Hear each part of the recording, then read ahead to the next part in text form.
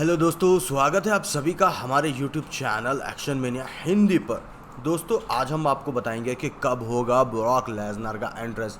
दोस्तों Brock Lesnar का appearance होने वाला है 2025 के मंडे नाइट रॉ में, और वो फेस कर सकते हैं ब्लड लाइन के कोई एक मेंबर को, और ये आने वाली है नेटफ्लिक्स मंडे नाइट रॉ के में।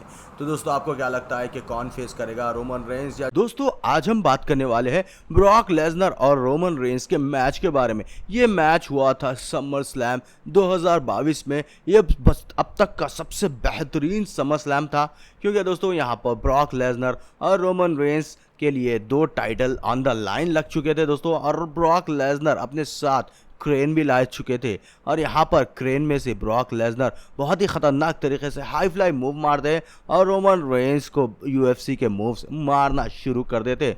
उसके बाद दोस्तों यहाँ पर रोमन रेंस को बाहर ले जाकर बैक स्टेज ब्रॉल होता है ब्रॉक लेसनर और रोमन रेंस के बीच, और रोमन रेंस चालाकी से ब्रॉक लेसनर पर टेबल भी तोड़ देते। उसके बाद दोस्तों ये मैच था लास्ट मैन स्टैंडिंग, जो दोस्तों 10 सेकंड तक अगर कोई सुपरस्टार नहीं उठा तो वो हार जाएगा। उसके बाद दोस्तों यहाँ पर रोमन रेंस एक और टेबल तोड़ते हैं और रिंग के अंदर ले जाकर ब्रॉक लेसनर को सुपरमैन पंचेस और स्पीयर लगा देते।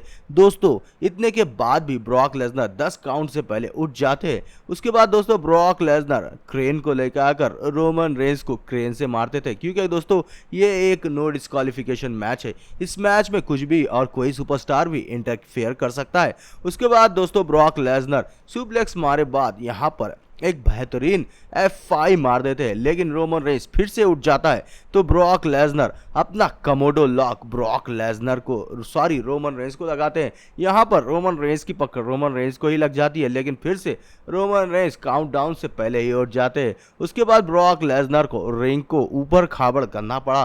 ब्रॉक लेसनर क्रेन से रिंग को तहस नहस करते हैं और रिंग में से रोमन रेंस को उछाकर फेंक डालते हैं। उसके बाद दोस्तों आप लोग यहाँ पर देख सकते हैं कि कैसा ब्रॉक लेसनर ने रिंग को तोड़ा।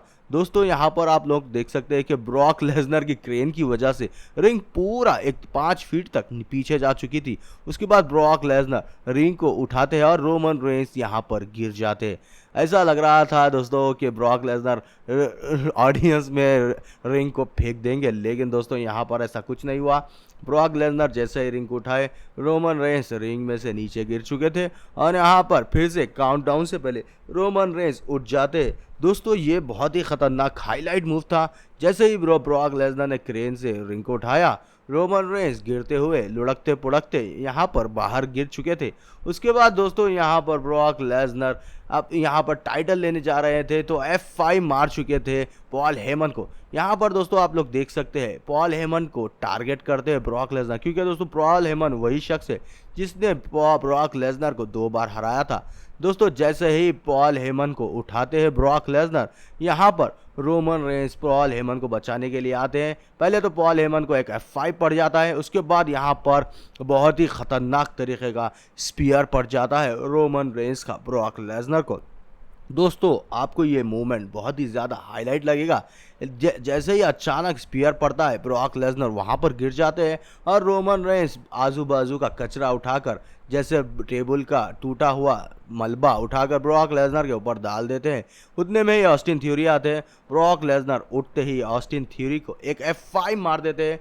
फिर रोमन रेंस अपने ब्लड लाइन जिमी एंड जय ऊसो की मदद से ब्रॉक लेसनर को किक्स एंड पंचेस लगाते हैं। दोस्तों आप लोग देख सकते हैं कि ऊसो की मदद से ब्रॉक लेसनर को ढेर कर चुके थे रोमन रेंस। फिर अब रिंग का मलबा उठाकर ब्रॉक लेसनर के ऊपर डालते हैं और ब्रॉक लेसनर के ऊपर ठहर जाते हैं, जिसकी वजह से ब्रॉक लेसनर 10 काउंट से पहले नहीं उठ पाते और इस मैच के विनर बन चुके थे रोमन रेंस, और अपना 2 टाइटल डिफेंड कर चुके थे। तो दोस्तों आपको ये इवेंट कैसा लगा हमें कमेंट में बताइएगा। Thanks for watching, see you later from action.